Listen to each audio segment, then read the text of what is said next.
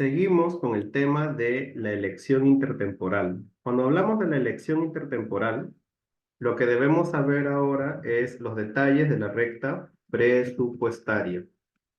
Intertemporal, claro. En este caso, para la recta presupuestaria, lo que debemos decir es lo siguiente. De un lado, tendremos el ingreso total del consumidor. Y ese ingreso total del consumidor lo destinará al valor del consumo, a todo su consumo. Pero recordemos que en este caso el consumidor tendrá dos ingresos. Tendrá un ingreso en el periodo 1 y tendrá un ingreso en el periodo 2. Ahora, por otro lado, el consumidor también tendrá un consumo en el periodo 1 y un consumo en el periodo 2.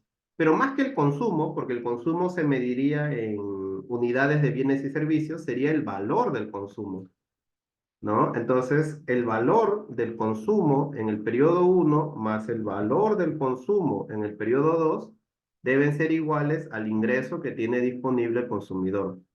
Sin embargo, cuando nosotros los consumidores realizamos esta decisión de cuánto vamos a consumir en cada periodo, el análisis se realiza ahora, se realiza hoy. Entonces, todo esto debe estar en el presente. Y recordemos que el dinero tiene un valor en el tiempo, y ese valor en el tiempo es la tasa de interés. Entonces, aquí lo debemos introducir. Decimos, por lo tanto, el ingreso en el periodo 1 del consumidor es M1. El ingreso en el periodo 2 del consumidor es M2. Pero yo no puedo sumar el dinero del primer periodo más el dinero del segundo periodo directamente. ¿Por qué no? Porque este dinero M2 está en el futuro y en el futuro lo tendría que traer al presente. Entonces lo divido entre 1 más la tasa. R, como ya en un video anterior explicaba, es la tasa de interés, que tendría que ser un dato en todo caso. Entonces, este es el valor actual de todo el dinero que tiene el consumidor, tanto del periodo 1 que ya está en el presente como del periodo 2 que está en el futuro. Ahora, el valor del consumo 1 va a ser P1 multiplicado por C1. El precio en el periodo 1 por el consumo en el periodo 1. Y el precio, no, el valor del consumo en el periodo 2 sería P sub 2 por C sub 2. Pero esto de aquí es el consumo en el valor en el momento 2. Por lo tanto, también tengo que traerlo al presente. También lo tendría que dividir entre 1 más R. Esta de aquí sería, por lo tanto, esa sería, por lo tanto, la recta presupuestaria en valor presente. Es decir, la utilidad que el consumidor busca maximizar está restringida, está sujeta a esta recta presupuestaria. Ahora, esta recta presupuestaria, ¿dónde se grafica? Para poder graficar esta recta presupuestaria necesitamos un plano. Un plano sabemos que siempre está formado por un eje vertical, justamente allí, y está formado también por un eje horizontal, justamente allí. Ahora, abajo vamos a colocar, ¿sí? Abajo vamos a colocar el consumo 1, ¿sí? Y arriba vamos a colocar el consumo 2. Entonces ya no es bien 1 y bien 2, sino consumo 1 y consumo 2. Consumo presente y consumo futuro. Ahora, aquí, cuando queremos dibujar la recta presupuestaria, así como antes, va a ser una línea recta con pendiente negativa. Esa va a ser la recta presupuestaria. Si nosotros, por ejemplo, reemplazamos que C1 vale 0, o sea que el consumidor ha decidido no consumir en el presente y ahorrar todo su dinero para consumir en el futuro, simplemente tomaría mi restricción presupuestaria y reemplazo que C1 vale 0. Esto de aquí vale 0. ¿Y qué tendría que despejar? Tendría que despejar C2. Para despejar C2, el 1 más R, que está dividiendo, pasaría al otro lado a multiplicar, ¿no? Aunque antes de hacer eso, quizás podríamos despejar ya de una vez el C2. Siempre recordemos, para más adelante poder calcular la pendiente de la recta presupuestaria, se debe despejar la variable que está en el eje vertical. Entonces, tomamos esta recta presupuestaria que ya la hemos antes obtenido, solamente considerando tasa de interés, y ahora vamos a despejar C2, el consumo futuro, simplemente por un tema gráfico para luego poder derivar y hallar su pendiente. Entonces, el P1, C1, lo paso al otro lado a restar. Sería menos P1, C1. Ahora, el P sub 2, que está multiplicando, pasa a dividir. Al otro lado sería entre P sub 2. Aquí también todo esto, aquí sería por P sub 2 y aquí también dividido todo eso entre P sub 2. Y el 1 más R que está dividiendo pasa al otro lado multiplicando y ya nos quedaría el C2. 1 más R multiplica. Entonces allí sería multiplicado por 1 más R. Aquí también multiplicado por 1 más R, ¿no? Allí también 1 más R. Y aquí también multiplicado por 1 más R. Aquí vemos que el 1 más R aparece arriba y también aparece abajo. Entonces, esto se va junto con esto. Aquí no se elimina y aquí tampoco. Ahora, ¿qué podemos hacer aquí? Recordemos que para este gráfico las variables son C2 y C1. Por lo tanto, lo vamos a acomodar bonito. Vamos a poner primero el C sub 2. Esta es la restricción presupuestaria. El C sub 2, ¿a qué es igual? El C sub 2 es igual a lo que tenemos aquí, M sub 1, ¿sí? M sub 1 multiplicado por 1 más R sobre P de SO2 más M sub 2 entre el precio sub 2 menos 1 más R multiplicado, bueno, arriba lo puedo poner, multiplicado por P1, C1 dividido entre P sub 2.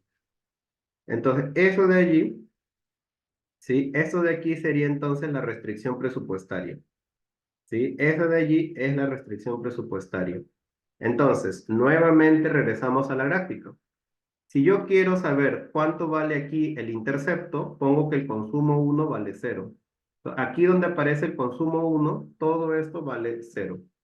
Entonces, ¿cuánto valdría C2? C2 valdría todo esto de aquí. Eso lo coloco en mi gráfico. Entonces, si el consumidor ha decidido no gastar dinero en el presente y destinar todo su dinero al futuro, ¿cuánto podrá consumir en el futuro? Bueno, el dinero del periodo 1 llevado al futuro un periodo y eso dividido entre la cantidad, entre el precio en el segundo periodo. Entonces, este es lo que yo podría comprar con el dinero que ahorré del primer periodo más el dinero que tenía el segundo periodo dividido entre el precio en ese segundo periodo. Este sería mi consumo máximo. Ahora, nuevamente, copiamos nuestra restricción presupuestaria y vamos a suponer que ahora el que vale 0 es el C2. O sea que el consumidor dijo, me gasto todo el dinero en el periodo 1 y consumo 0 en el periodo 2. No, no hay futuro. Como no hay futuro, no consumiré nada, C2 vale 0. Vale 0. En este caso hay que despejarse uno. Todo esto que es negativo pasa al otro lado y se hace positivo. Quedaría así. Ya pasó y se hizo positivo. Todos están divididos entre P sub 2, así que lo puedo simplificar. Me quedaría M1 multiplicado por 1 más R. Aquí también lo simplifico. M2, aquí también lo simplifico. Me queda 1 más R por P1 C1. Allí he simplificado el P sub 2. Y todo esto de aquí lo voy a pasar a dividir. O sea, todo eso de allí pasa al otro lado y divide. 1 más R, P sub 1. Igual aquí sería 1 más R, P sub 1. Y todo eso es igual al consumo 1. Entonces, si el consumidor decide gastarse todo el dinero hoy y no consumir en el futuro, este sería el nivel de consumo que él podría tener. ¿No? Eso, bueno, pero acá el 1 sobre R y el 1 sobre R se simplifican, me queda así. Muy bien, entonces eso es el otro intercepto. Este es el intercepto que está aquí abajo. Ahí abajo colocamos ese intercepto, justamente allí. Entonces, ¿qué vemos en este nuevo intercepto? Que si el consumidor ha decidido gastarse todo el dinero hoy, todo su dinero del periodo 1 lo reparte entre el precio el precio del bien en el periodo 1. O sea, esto es todo lo que compra con el dinero del periodo 1, más el dinero del periodo 2 lo está trayendo al presente primero y una vez traído al presente lo está repartiendo con el precio del periodo 1. O sea, este es el dinero futuro dividido entre el precio presente para saber cuánto puede comprar hoy. Esta es entonces la recta presupuestaria, su gráfica, aquí está su ecuación del consumo intertemporal. Ahora, en esta recta presupuestaria, ¿cuál será su pendiente? Vamos a otra gráfica.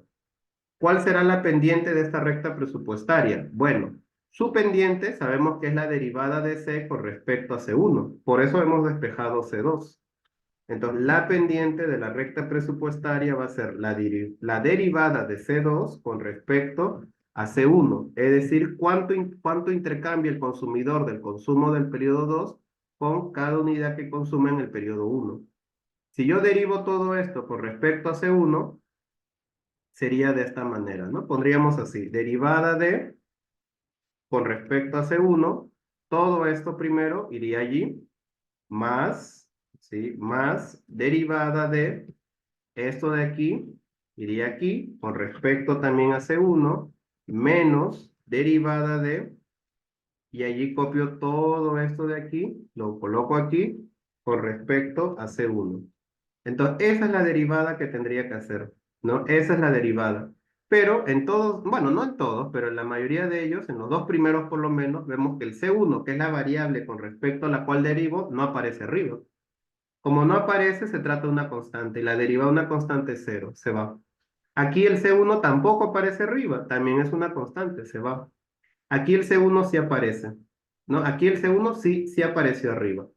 Entonces, todo lo que no es C1 lo saco. Entonces, sacamos todo eso de aquí y solamente vamos a dejar adentro el C1. Sacaríamos, por lo tanto, 1 más R multiplicado por P1 entre P sub 2. Uy, entre P sub 2 y todo eso multiplicado por la derivada. Pero derivada de C1 con respecto a C1 es 1. Y todo esto multiplicado por 1 es lo mismo. El 1 es el elemento neutro. Ahora, aquí nosotros podríamos separarlo. Podríamos decir 1 más R multiplicado por P1 sobre P sub 2. Si suponemos, pero no tenemos por qué suponerlo así, si suponemos que el precio en el periodo 1 se mantiene al periodo 2, o sea, que los precios no cambian, que es el mismo precio, entonces si suponemos eso, P1 sobre P1 sería 1 y multiplicarlo por 1 no afectaría. En ese caso, cuando supongamos que el precio no ha cambiado, la pendiente de la restricción presupuestaria intertemporal sería menos 1 más R. Si suponemos que los precios no cambian, que el precio del periodo 1 se mantiene para el periodo 2, o sea, que no hay inflación, o que no hay un cambio simplemente, ¿no? Entonces, esta sería la pendiente, suponiendo que los precios no hayan cambiado. Ahora, una vez que nosotros ya conocemos la pendiente, ¿sí? Una vez que nosotros ya conocemos la pendiente, ¿qué podemos hacer? Lo que podemos hacer es la estática comparativa y ver cómo el cambio en la tasa de interés afectaría la restricción presupuestaria. ¿Qué ocurre, por ejemplo, si R, la tasa de interés, aumenta? ¿Qué ocurre si en la economía los ahorros generan mayores intereses o los préstamos son más costosos en todo caso? ¿No? Entonces, ¿qué ocurre si la tasa de interés aumenta? Lo que va a ocurrir al aumentar el R, todo este valor, claro, en negativo, se va a hacer más grande. Y por lo tanto, la restricción presupuestaria va a estar más vertical. Al ser un mayor valor, se hace más vertical, así. Entonces, eso es lo que va a ocurrir. Lo voy a dibujar un poco más pequeño. Ahí está. Allí lo que va a ocurrir es esto. Eso es lo que va a ocurrir con la restricción. Si la tasa de interés aumenta, el consumidor va a destinar mayor cantidad de su consumo al futuro y menor cantidad al presente. Recuerda que C1 es el presente. Entonces, si la tasa de interés aumenta, decimos, aumenta el consumo futuro solo por restricción presupuestaria y disminuye el consumo actual. El consumidor decidirá hoy consumir menos. ¿Qué tanto menos? No sé porque aún no he dibujado la utilidad, la función de utilidad, pero sabemos que va a disminuir. Caso contrario, si la tasa de interés disminuye, significaría que ahorrar dinero para el futuro no es tan conveniente o no es tan provechoso. ¿Por qué? Porque te genera poco interés o menos interés y pedirte prestado hoy para consumir más sale provechoso. Entonces, en ese caso, de la línea roja pasaríamos a la línea azul. Al hacerse más pequeña la tasa de interés, la restricción presupuestaria tendría una menor pendiente y menor pendiente significaría, como la línea azul, de la roja a la azul, más horizontal. Y al ser más horizontal, ¿qué significa? Que aumenta el consumo presente. El consumidor, al ver que la tasa de interés es más pequeña, decidirá prestarse más dinero para poder consumir hoy más.